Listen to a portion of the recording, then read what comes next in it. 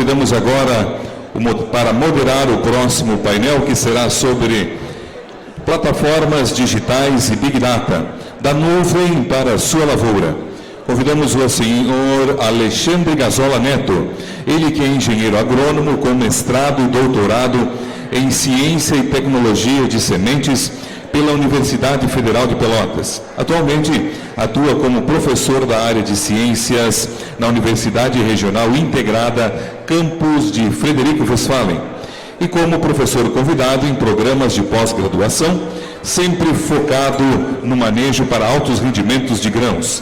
Também é coordenador do MBA em Produção e Tecnologia de Sementes e diretor de diversas empresas.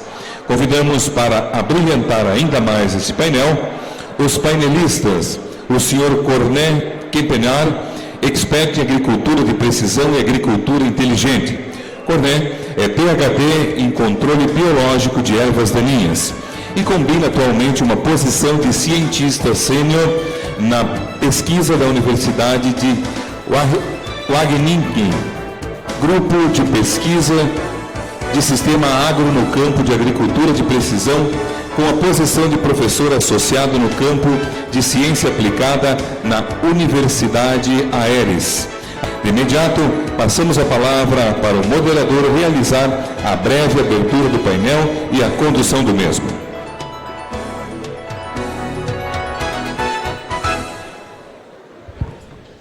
Está funcionando? Bom dia a todos. Bom dia a todos. Agora sim. Então é um prazer estar aqui presente, agradeço imensamente o convite da organização, em nome do professor Telmo também, e com certeza vai ser um momento bem interessante para a gente discutir esses pontos, porque existem muitas dúvidas no tema relacionado a esse painel. Plataformas digitais, Big Data, essa informação da nuvem chegando no agricultor. Então, ou dentro das universidades, ou mesmo o agricultor, ou quem está nesse meio de empresas de tecnologia, de máquinas, como a gente viu antes, ainda tem muitas dúvidas desse caminhar. Aonde nós vamos parar? Como que eu consigo dar o primeiro salto na minha fazenda? Como que eu consigo entrar nesse mundo? O que que eu faço? Como que eu trabalho esses dados? Como que eu tiro informações? Então, acredito que esse momento aqui vai ser bem importante para a gente visualizar o que tem em termos de plataformas e o que está se fazendo diferente no mercado. Então é isso, eu passo de imediato ao professor Dr. Corné para fazer a sua explanação com relação ao tema dele. A gente só vai pedir um pouquinho de paciência do pessoal, porque tem bastante conversa paralela. Eu sei que todo mundo quer discutir as informações que está tendo aqui, só para a gente concentrar. Obrigado.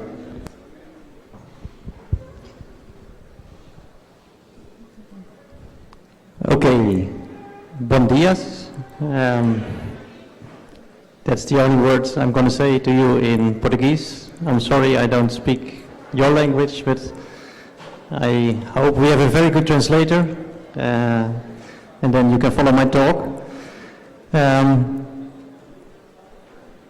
This session is about digital platforms, and I will talk to you about the AkkerWeb project that started in the Netherlands. And it's a platform to allow farmers to use data in precision agriculture. What you see on these pictures is also some farm equipment from the farm of my brothers. So I have a background in herbal farming. I studied in Wageningen, and I became a researcher in Wageningen, also a teacher. And since about 2000, the year 2000, I am involved in several precision agriculture projects, and I'm going to talk and share with you some of my experiences. Well, precision agriculture is not an objective on its own, but it's a means to make agriculture more sustainable. And there are at least 5 objectives. Well, in the previous talks, some speakers already addressed this, and maybe you can read it. The challenge for agriculture is to produce food for a large number of people in a sustainable way. Climate change is there, and so we have to adapt to the changing climate. The biodiversity on these fields is important. And then there is things like the bio-based economy. We are running out of oil, so we have to find other ways to produce the materials. And the food should be healthy. So these are challenges. And the Dutch Agriculture Council already mentioned that the new policy of the Netherlands is, you could say, circular agriculture, try to close the loops that are there. Well, as an introduction. And how can we address these challenges? By breeding, by smart farming, and by smart logistics and processing. Those, and we will be talking about precision farming. Well, also brief history. About 12,000 years ago, human beings found out that you can better produce some food if you put some plants in the ground instead of searching for it and collecting it. And then we get some, you could say, revolutions. Maybe the third one is the most common one for you.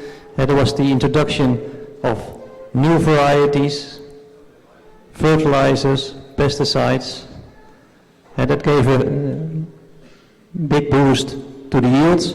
And now we can say we are in the fourth one, which started with precision agriculture, but is a kind of continuum going into, you could say, smart farming, data-driven farming, digital farming, all these nice words. Artificial intelligence will come up. So, in short, this is what the development is. It's always good to keep in mind the definition of precision agriculture. It's a farming management concept, where farmers want to do, to catch the variation that is in their fields or in their herds, and respond to that in the best way. So it's not only about technology, it's also about biology. Yesterday we visited a farm here, and this farmer applied a lot of technology, but was also very keen on the biology of his field by his green manure crops. So it's not only, we cannot solve only the challenges with just making it more complex with technology. We have to combine it with the knowledge of the biology. What you see in every agriculture application is that it's about having data. And then you have to make a decision how to translate the data in an advice, and then you have to have a machine that can do it. And that's what you see for every process that's ongoing on a farm. What we do now, today, with precision agriculture is at the operational level. We have a map of a field, show some variation in the soil properties, and we adjust the fertilizer to that.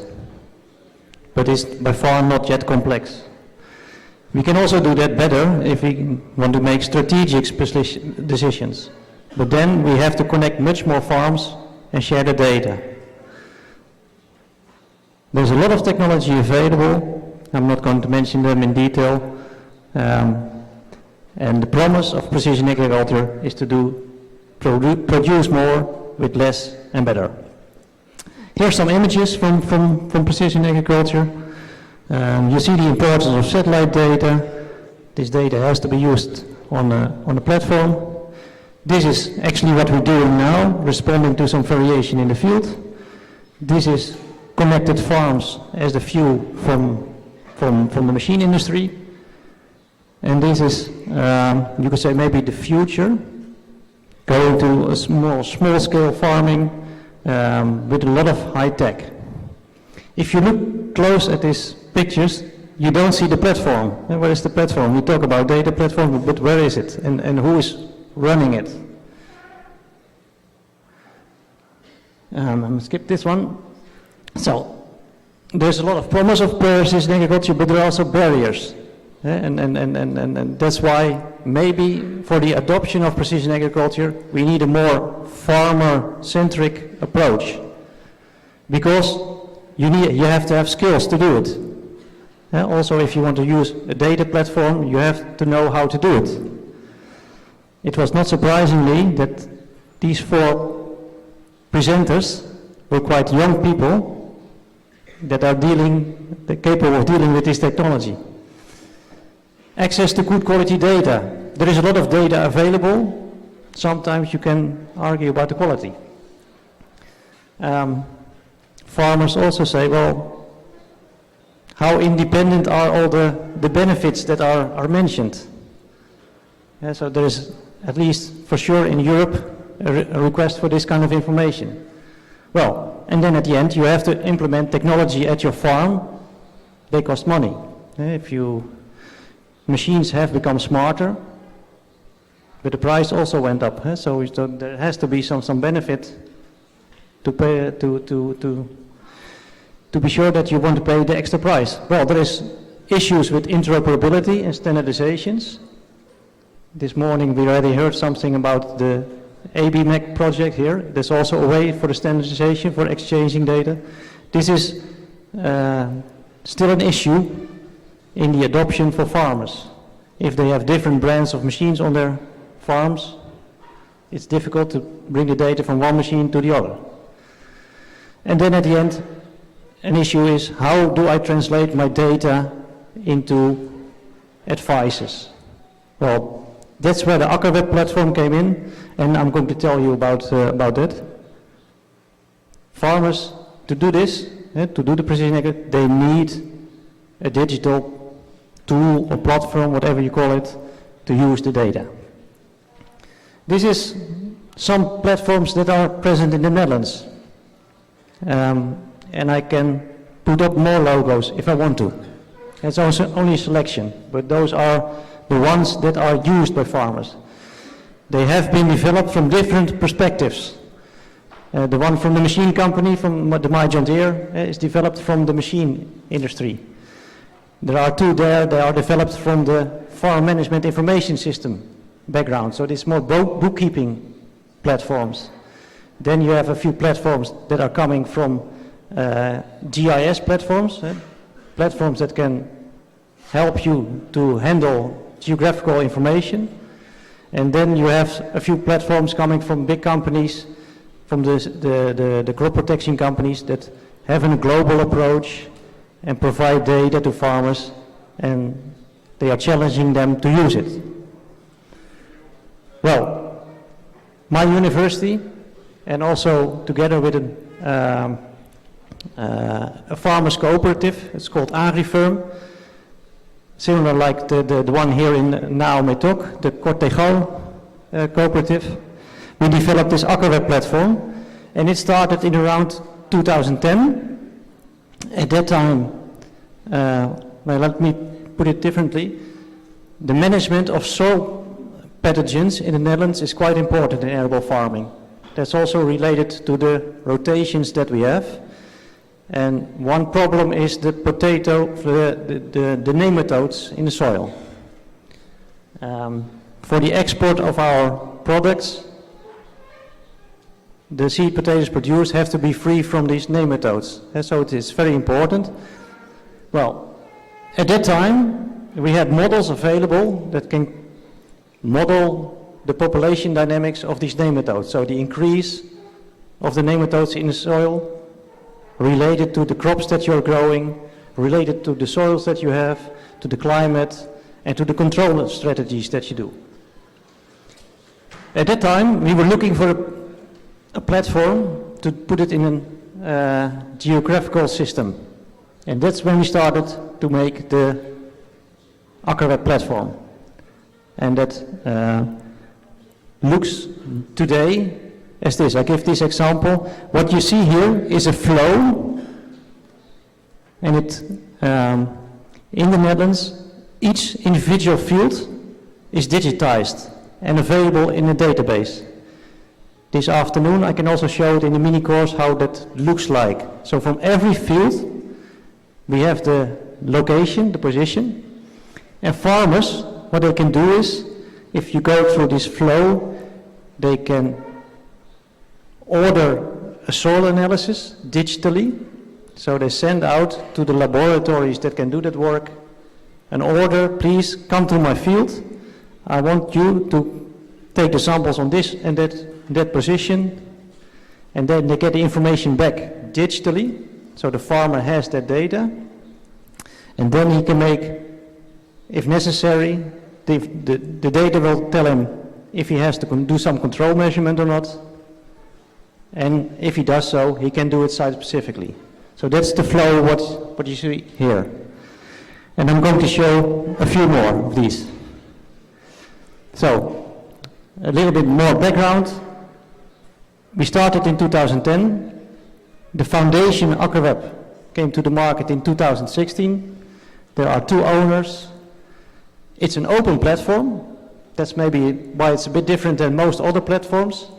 Any party that wants to bring a service to agriculture can put an application on this platform. And it can make use of sort of the common services that this platform provides. And currently there are about 4,000 farmers and farm advisors using the platform in the Netherlands. And here you see a sort of infographic. The AcroWeb platform helps farmers to connect to a lot of data in the cloud. And we are in a lucky situation that in the Netherlands there is already a lot of information digitally available. Dus all the soil maps from the Netherlands are in there. It's connected to laboratories that do soil analysis. It's connected to the companies that provide the farm management information data.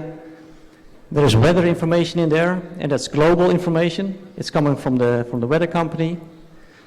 And on the bottom line, there is a lot of applications that farmer can use. And I'm going to show one in this presentation, and later on in the afternoon I will show more. This is what the dashboard looks like. And this is, if a farmer goes in it, he has access to all the positions of his field and all the data that is connected to these fields. And he can load as many apps as he likes. The ones in green, they are necessary to manage data. The ones in blue, they can do specific applications. And if they have the color blue, they are coming from the Wageningen University. So Wageningen University Research Knowledge is in the apps that are in blue. So this is sort of similar as the App Store that you have on your smartphone, but then for agriculture. And this is the App Store. So there is about 30 apps now, and they are ranging from how do I do variable rate application of a fertilizer in a specific crop, to irrigation advice, to weed control, planting density, still mainly for the crops that are relevant in the Netherlands, but that's, the number of apps is growing year by year. Well, here you have some details what it offers. If you're interested, there is a part that is for free, so anyone can use the basic things of the platform. That means the polygons of every field, access to satellite information, access to weather data, and then information that a farmer puts in. He can share it with whom he likes. This morning we had some presentations that the rule is that the data of a farmer is owned by a farmer. That's also the case in the Netherlands. It's a very sensitive topic. If you don't comply with that, farmers will not start working with it. Well, here's some more information what it offers. There's all kind of links to service providers. It can have a lot of input data, and I mentioned some of the standards that are there. It delivers different output. And what's also relevant is there are a few models that are running behind the interface of the AcroWeb screen. Those are models that can give quite accurate yield prediction, and also models that give information about the soil moisture, about the nutrients in the soil. Those are models that are running behind the interface in web services, and all the apps that may need this information, they can have access to that. So, some examples that makes it more illustrative. herbicide use is important. You have to understand, or it's important, weed control is important. And most farmers decide to do it in the chemical way. And we want to minimize this as possible. Weed control in Europe is different than here. Here the main crops are, what I learned is the maize and the soybean. They are glyphosate resistant. So here the control is mainly based on the use of glyphosate. That's not the case in the Netherlands and some other European countries where we don't use the herbicide resistant crops. We use other herbicides, and the soil herbicides is one group of herbicides that is used. And their efficacy is much determined by the soil properties. So if you are able to map your soil, and this is the sensors that are available in the Netherlands to map your soil. I heard yesterday that the picture in the bottom, the VERIS system, is quite well developed here, used here. But there are more, you could say, providers. There are at least three different systems on the market in the Netherlands that can help you to make a soil map. And these maps look a bit like this. The one with the yellow and the brown shows the variation of a particular field in the soil organic matter, and the one in the gray and the black shows the variation in the clay content. If you know this information, you can minimize the herbicide use related to this variation. On the parts where there is more organic matter or where there is more clay, you need a higher dose to get a good effect. And the good thing is, so on the parts where you have low organic matter, low clay content, you can reduce the herbicide use, and that will also have a good effect on your yield, because herbicides always have an effect on crop yield. Well, this is an example of such a field of circa 10 hectares in the Netherlands, where you see when it's more brown, there is more organic matter in this soil. And, oops, now we go too fast. Wageningen University and Research developed models to translate this data into the minimum effective herbicide dose. And here you see the translation of the organic matter map into the dosing map. What you can see is where it's more brown, the doses are higher. And these are quite simple algorithms derived from field experiments. There's not yet complex artificial intelligence in play, but it can be there when we have more complex uses. And in this case, the farmer applied it and he saved 30%, a little bit more, on his herbicide use. Well, these systems are now up and running. It's not yet plug and play for farmers, so it is still a bit complex to do, but we see these things coming. Well, what helps, what can do the Accurate platform here? The one thing is ordering such a soil map. So there is an application in there that a farmer can go to, and he can select for his field, say, well, I want to order this sensor system to come to my field to make the soil map, and he gets the soil map in a digital shape back to his farm management system. Well, this is some ordering information, and then he gets a map like this showing, in this case, the clay content variation.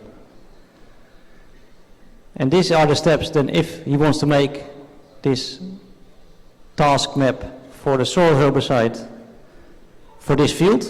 He goes to the application, he gets his soil map, in this case it's a sandy soil, and then he only needs the organic matter map. He gets some information which herbicide he wants to use, and then this is the dosing map of his for this field. And what you can see on the places where it's more yellow, you also see that the doses are lower there. And that's because there is much less organic matter in the soil. And then he can fill in this interface the specifics of a sprayer. In this case, I think it's a sprayer that is spraying 40 meters wide, and then you get an image like this. So there you see at a higher resolution the grids with a different dosing. Well, that image can be put in a shape file or an ISO XML file and sent to your sprayer and be used there for the site-specific spraying. So this is an example of how the AccuWeb platforms helps a farmer to connect data with a model and sending it to the machine to do it. Another example, it's not yet that far, but it's also related to detection of weeds, if you can detect them in the field. This is a project from last year where in an onion crop the thistle plants are detected by drone. So the drone flew over this field. Maybe you cannot see it, but there is a little bit darker area around one of the fields. You can see it better on the next slide. With artificial intelligence, we detected the positions of these weeds in this field. So you can learn the computer how to detect the shape of the thistle plants, and all these yellow dots are the places where these plants are growing. And these perennial weeds are quite problematic weeds. We cannot use glyphosate. It's maybe easy to control if you have glyphosate, but that's not allowed in the crops as these crops. Well, you can make a spray map with that. In this case, it's a spray map at a resolution of 6 meters wide and 2 meters long for spot spraying. And here you see some details. Well, this can be applied if you have a sprayer with section control, and you will save, well, maybe up to 80% of your herbicide in this case. Well, these were 2 examples. There is several more of these applications on the AccuWeb platform. This afternoon there is also a mini course. I will go into some detail, so then if you're interested, you're welcome to see it. Yeah, that's what I want to say here. So some final remarks. There are many digital platforms on the market. I'll be surprised how many will survive in the coming years. There's a lot of development there. You see it at the crop protection companies, you see it at the machine companies, you see it at the advisory companies. They're all developing these kind of things. You could say there are also already these umbrella platforms like the ABIMEC, the AgriRouter. I will also tell a little bit later on about the Dutch initiative here. All aiming at the same objective for data sharing, and so there is a lot. And I think the ones that will survive is also the ones that give the benefit to farmers, and because maybe they still have the weakest position in the development of all these things, while they have to use it. That's the thing. So I showed how it works in the AccuWeb platform. We take it from the farmer perspective. How can he use data that is available in a clever way with models to make his decisions? And we have some examples that it works. Some of these models, like crop growth models or soil moisture models, they're also running now in web servers on the internet. And the interesting thing is that we can also share these models through APIs. So probably there's not one platform that's going to dominate the whole world. You will have several ones, but the models that behind these platforms, they will be shared, and that can be done through the API. So that's a good thing. And the last sentence here, data sharing between farmers and partners in the agri-food chain requires cooperation. I was happy to hear about this ABIMEC initiative here. This is ongoing in the Netherlands. You can say the name of the Dutch initiative is called Joint Data. It's coming more from the dairy industry and is now also planned to become a standard in arable farming. It was developed in the dairy industry to share data between the dairy farm and the processor of the milk. And they got sort of started about 7-8 years ago to start to exchange data, and also the cow breeders, the genetics were connected, so there was a kind of trusted group that started to share data, and the Joint Data platform authorizes the sharing of the data. And they also work on standards. And we try to develop this also now in the Netherlands for the arable farming. But the key thing, I think, and that's what's missing, is the system or the cloud where the farmer decides, there I trust to share to store my data, and that he has the buttons to share it with whom he likes to do it. Okay, this was my presentation. Thank you for your attention. Só pedir um pouquinho de paciência de todos. Eu sei que alguns já estão indo para o almoço. A gente vai tentar apressar o máximo aqui. Mais uns minutos. A gente vai falar um pouco sobre rastreabilidade no agronegócio, rastreabilidade de processos e produtos, focando aí alimentos e produtos em geral e também a produção de sementes. Então, mais uns minutos. Peço a atenção de todos. Então, justamente algumas colocações, destacar algumas colocações do Rodrigo. Dados, o produtor tem disponível. Muitas vezes precisa o quê? Organizar isso para tomar de decisão. Essa é a peça-chave, o primeiro item que ele destacou ali. Isso é importante. Como que eu organizo isso para tomar de decisão? Porque sim, é muito importante tomar decisão cada vez mais assertiva, consumindo menos recursos e tendo maior rentabilidade. Eu acho que esse é o desafio. Eu vejo muito pessoal das universidades aqui. Então, esse é o desafio que nós precisamos formar esses alunos, esses novos agrônomos e quem está no mercado também, assumir esse desafio de cada vez produzir mais, gastando menos e tendo mais rentabilidade como todo do sistema. Como o agronegócio está muito em foco, o agronegócio brasileiro no mundo inteiro, a gente precisa muito expor o que a gente está fazendo. Então, a responsabilidade vem muito nesse sentido. Então, o que eu preciso mostrar para o meu consumidor? O que o meu cliente quer ver? Não o meu cliente direto, o indireto também, que está relacionado, que está consumindo os meus produtos. Isso é importante. Nós temos no Brasil hoje a normativa sobre rastreabilidade de alimentos, que obriga, tem uma linha de adesão que a gente vai ver na sequência, que todos os produtos tenham informação na gôndola do supermercado. Começou por uma escala de produtos, mas o objetivo é que todos tenham essa informação, ou seja, o consumidor quer saber o que está comendo, quer saber o que tu fez lá na fazenda, qual agrotóxico tu seguiu. E essa instrução normativa vem para regrar também o receituário agronômico, a utilização só de produtos registrados. Então, isso é um ponto que o produtor, que o engenheiro agrônomo vai ter que se adequar. Isso é muito importante, porque os consumidores valorizam a confiabilidade nessas informações, ele quer ter acesso a isso. Isso é muito importante. Então, nesse contexto que surge a rastreabilidade, ou seja, aquela mãe que está alimentando o filho quer saber como foi produzido. Isso gera credibilidade.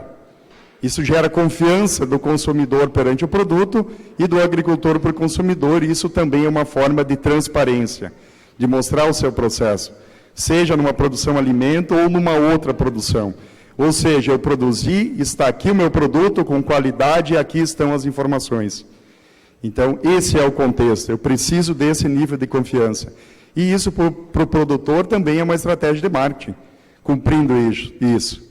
Então, são aspectos necessários nesse contexto. São vantagens, o que não tem perante o que tem.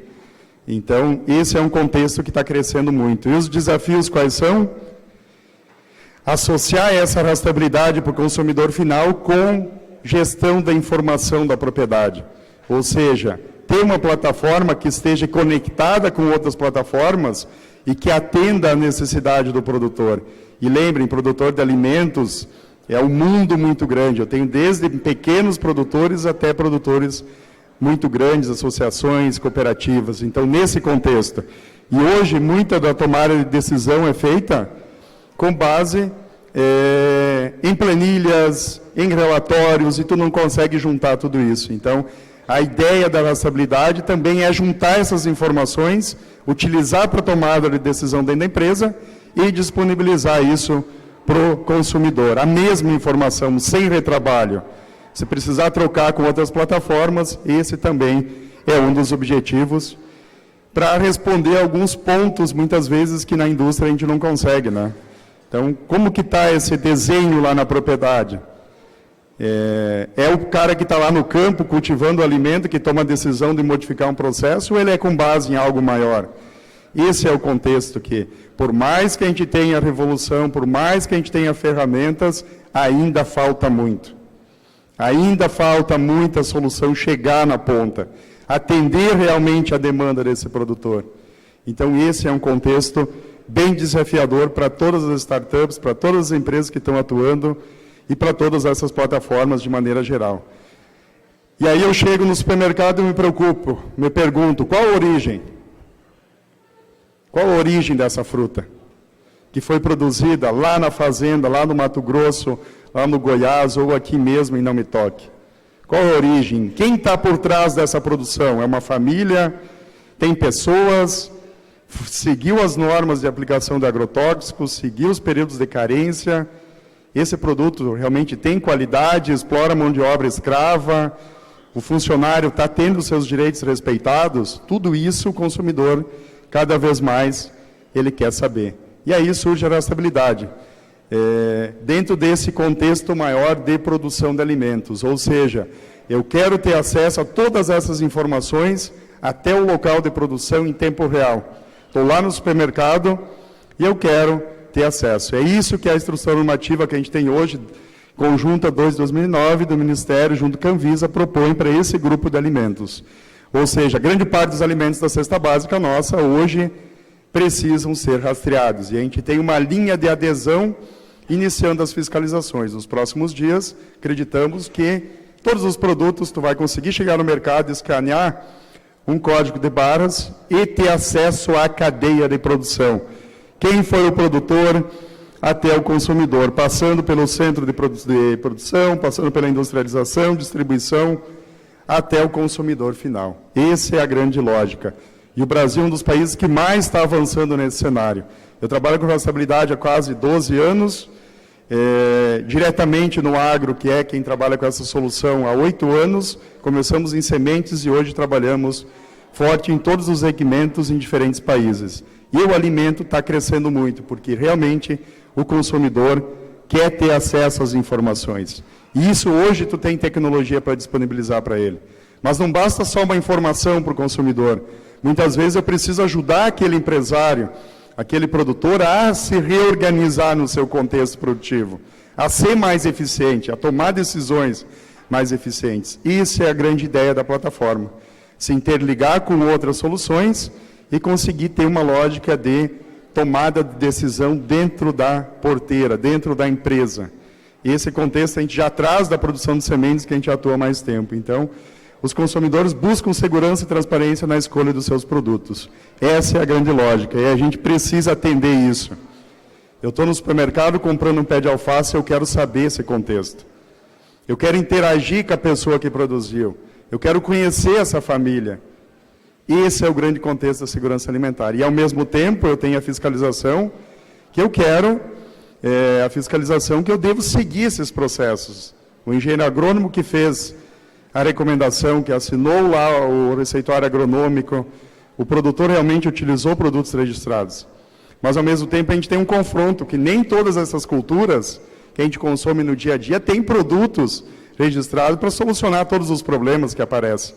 Então, esse é mais um desafio dos fabricantes de conseguir ter esses produtos registrados para todas as espécies.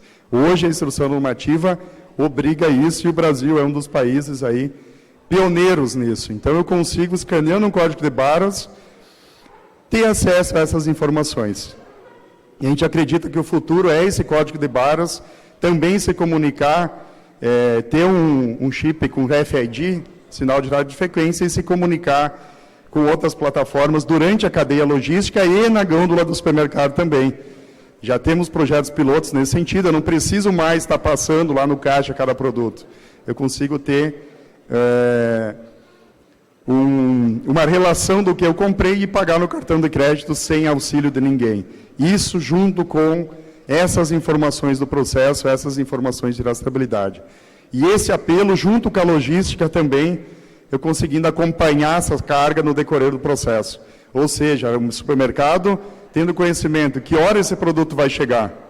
Eu preciso apressar a chegada desse produto ou não, de acordo com a disponibilidade do meu fornecedor, do consumo na gôndola do supermercado e do percurso do caminhão. Então, eu consigo prever e evitar a falta de alimentos. Então, é uma das funcionalidades que a gente consegue trabalhar com essa gama de informações que se tem em toda a cadeia. Então, acaba atuando em toda a cadeia de produção. E diferentes formas aí do consumidor ter acesso a essas informações. Isso na parte de alimentos, na parte de sementes também. A gente viu muitas plataformas aqui hoje ajudando o agricultor na tomada de decisão. Mas muitas vezes o agricultor não recebe nem a informação de vigor e germinação da semente que ele tem que colocar no solo. Esse é um ponto crucial. E aí eu tenho toda uma inteligência em máquinas, toda uma inteligência em software a partir dali.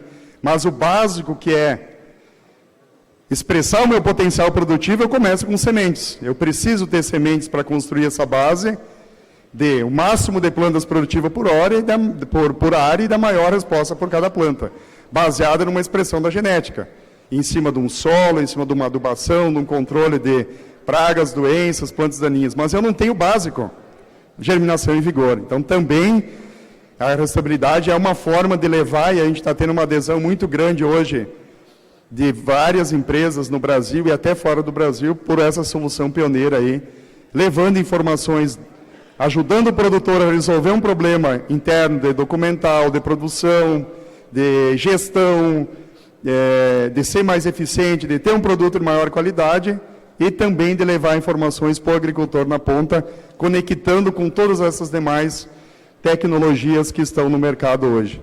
Então, acompanhando efetivamente os processos produtivos. Lá nessa área de produção de sementes, ajudando o produtor de sementes nesse contexto produtivo e também levando essa informação para o agricultor, porque não é só vigor e germinação. Muitas vezes eu preciso que o agricultor confie no processo produtivo daquela semente para que ele siga a recomendação e o posicionamento da cultivar. Porque senão é o popular, vou colocar um pouco a mais para ter segurança. Então, isso é um problema. E para ele ter essa segurança, ele precisa conhecer esse processo produtivo. Ele precisa estar interagindo com isso. Então, hoje, a nossa solução está integrada com várias plataformas aí, justamente para ajudar o produtor de semente nessa gestão de informações no campo, com toda essa base tecnológica que tem hoje no campo, mas também mostrar alguma dessas informações para o agricultor que está comprando essa semente. A minha semeadura foi feita dessa forma. Esse campo tinha alto potencial, gerou uma semente de alta qualidade.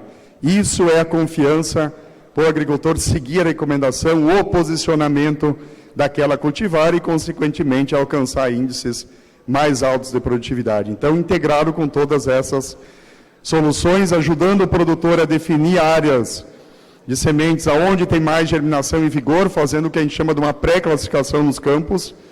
Isso é ter semente de mais qualidade. E isso está integrado com todas as demais plataformas. Todo o processo de automação nas plantas industriais, também integrados nessa plataforma, com o objetivo maior de ter mais eficiência no processo produtivo. Então, tem toda a lógica da indústria de sementes mapeada para garantir segurança e maior, um resultado melhor em termos de produto final para o cliente. E, no fim, o cliente consegue ter acesso a alguma dessas informações. Aqui um exemplo da produção de sementes BASF, Brasil e Argentina, aderindo, soja e algodão aí. Então, primeira empresa global aderindo a um processo de rastreabilidade completo na produção e disponibilizando isso para o agricultor que está comprando essa semente. Então, toda uma questão de informações para que o agricultor possa realmente produzir mais. Esse compromisso. Então, mapeia todo o processo de produção de sementes, como é feito no de alimentos, e entrega alguma dessas informações para o agricultor via código de barras. Se vocês escanearem, vai ter a leitura dessas informações. Outras empresas aí mais locais também, com a mesma linha, compromisso de entregar a informação para o agricultor. Isso é importante. E baseado nessas informações de plantabilidade, vigor, germinação, eu consigo ter um posicionamento melhor nos meus campos de produção. Então, diversas empresas hoje tendo essas informações associadas aí ao processo. Ou seja, o agricultor é carente por mais informação sobre essa semente. Isso é importante, isso é fundamental. Ele vai conseguir se posicionar e produzir mais nesse contexto. E isso disponível em todas as possíveis plataformas para o agricultor ter acesso a isso. E quem sabe no futuro já integrado diretamente. Eu só informo um lote para a plantadeira, ou eu leio um QR Code e a plantadeira já sabe quantas sementes precisa disponibilizar. Acredito que isso seja o futuro. Integrando essa plantabilidade que o produtor de sementes está disponibilizando diretamente com a máquina. Esse é o caminho e tem que estar aberto a todas essas conectividades para gerar mais resultado final. Acredito que era isso, um pouco desse contexto de rastreabilidade de sementes e alimentos, que o Brasil é pioneiro para o mundo. Não tem nenhum outro país hoje que trabalha tão forte com mais informações relacionadas à produção de sementes e alimentos como o Brasil. Então, estamos sendo referências para o mundo nesse contexto, e isso é muito importante. Algo sendo desenvolvido aqui no Rio Grande do Sul, no Brasil, sendo utilizado em vários estados, em vários países, e sendo referência para o mundo em termos de tecnologia. E dentro desse horizonte aí de várias plataformas conectadas. Esse é o futuro. Então, muito obrigado. Valeu.